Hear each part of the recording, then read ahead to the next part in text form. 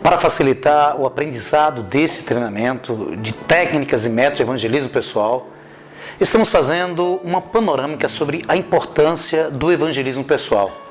Antes, porém, colocamos uma questão: por que evangelizar? Encontramos resposta na Bíblia.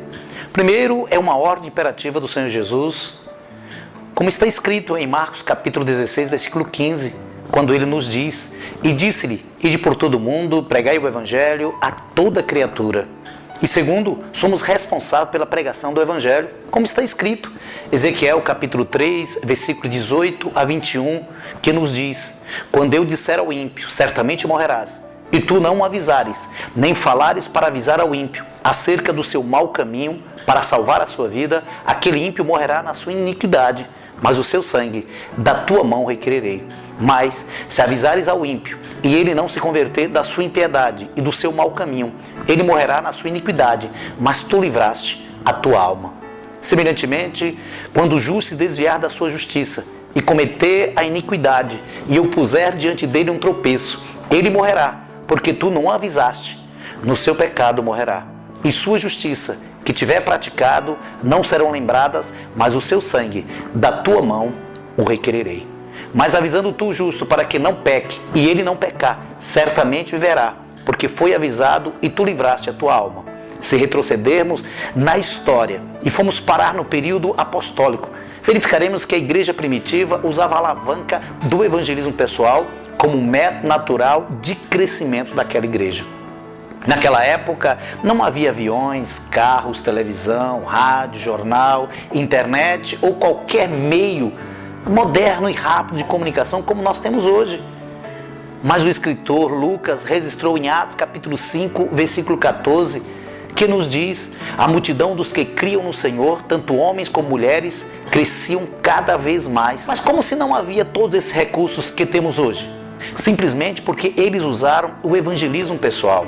Infelizmente, esse método, que se constituiu o maior segredo de ganharmos alma, está sendo usado pelas seitas para espalhar esse falso evangelho nos lares dos nossos vizinhos, parentes, amigos. Quantas vezes nós acordamos no sábado e no domingo, de manhã, com a testemunha de Jeová, batendo a nossa porta, tentando nos empurrar suas literaturas cheias de doutrinas heréticas. Elas estão ali cumprindo um programa de visitação para o qual foram destinadas. Até parece que não surte efeito imediato, mas no final do ano, relatório de crescimento delas na revista A Sentinela, veremos que não é bem assim.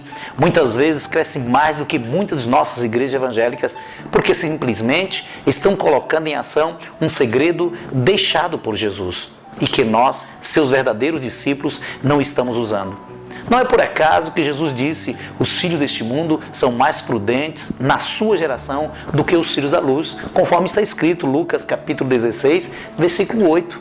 Devemos então perguntar: por que um método tão importante como esse foi esquecido pela igreja durante tanto tempo? Sabe como tudo começou? Exatamente isso. Começou lá em Atos dos Apóstolos. Ele é o nosso livro guia para aprendermos o segredo deste tipo de evangelismo. Naquela época em que o cristianismo era considerado uma seita do judaísmo, não havia liberdade de pregar abertamente o nome de Jesus, conforme mostra o episódio de Atos, capítulo 4. Eles então se reuniam nas casas dos novos crentes. Não havia um templo cristão como temos hoje. Não havia essas belíssimas catedrais que levaram até séculos para serem construídas. Não tinha tempo para apreciarem a arquitetura de suas igrejas, pois estavam ocupados demais evangelizando lá fora, onde os pecadores estavam. Alguém já disse que quando se deseja pescar, o único jeito é ir onde os peixes estão. Os peixes jamais são chamados a virem até o pescador. O método de convidar os pecadores para virem ao templo para ser evangelizado pelo pastor ou evangelista especial não era comum nos tempos apostólicos. Até então, a igreja era uma religião ilícita, proibida. Os cristãos eram tidos como desordeiros e, para piorar a situação, Nero põe fogo em Roma e acusa os cristãos. Exatamente isso.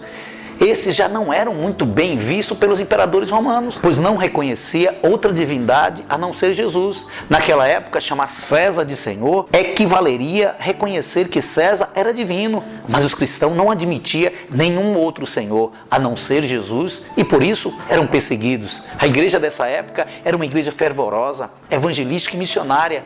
Os cristãos expunham suas vidas nas arenas dos circos romanos, onde eram jogados para lutarem com feras. Nem mesmo mulheres e crianças escapavam do Coliseu. Essa era ficou conhecida como a Era dos Mártires, por muitos cristãos preferirem ser mortos e negarem a fé em Cristo. Vários bispos pagaram um alto preço por serem cristãos. Entre eles, nós temos Policarpo, Justino Marte, Irineu, Clemente e tantos outros. No começo do século IV, o então imperador Constantino se converte ao cristianismo e torna religião oficial do Império Romano.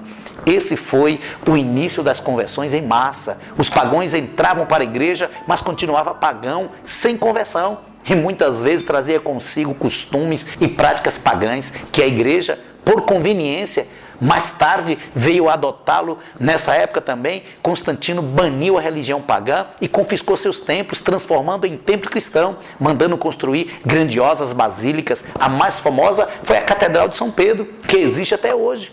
Em Roma, os cristãos já não evangelizavam mais, pois pensavam que Deus estava em seus templos. Essa situação se vê até hoje nos descendentes diretos daquele tipo de cristianismo, ou seja, o catolicismo romano. Infelizmente, este quadro perdurou até a Idade Média. Nem mesmo os reformadores mudaram esse quadro, resgatando o que era de suma importância na igreja primitiva, o evangelismo pessoal. Com o avivamento de John Wesley, resgatou-se o evangelismo em massa, quando o pregador ia até o pecador, não esperando este que viesse ao templo para ser evangelizado e se converter. Mas ainda estava longe no método neotestamentário, o evangelismo pessoal. Essa é a situação da igreja atual. Todos nós esperamos que o pecador venha para o culto domingo à noite, para então Deus, de uma maneira miraculosa, o tocar e ele se converter. Não queremos ir atrás das almas, queremos que eles venham até nossos templos. Lembra do que Jesus disse? Ele disse: ide pregai e não deixe que eles venham e então você pregue. Precisamos despertar-nos para a obra a qual o Espírito de Deus nos tem chamado. O velho ide continua atual. Ele não foi mudado. Deus ainda continua chamando os crentes para a pesca. Seitas como os mormons, ou seja, Igreja de Jesus Cristo dos Santos dos Últimos Dias, e as testemunhas de Jeová descobriram isso e estão pregando um outro evangelho, semeando o joio no meio do trigo. Billy Graham disse: a colheita evangelística é sempre urgente. O destino dos homens e das nações está sempre na balança. Cada geração é estratégica. Nós não somos responsáveis pela geração anterior e não podemos carregar toda a responsabilidade pela geração futura, mas nós temos a nossa geração. Deus nos responsabilizará em relação à maneira em que nós cumprimos as nossas responsabilidades.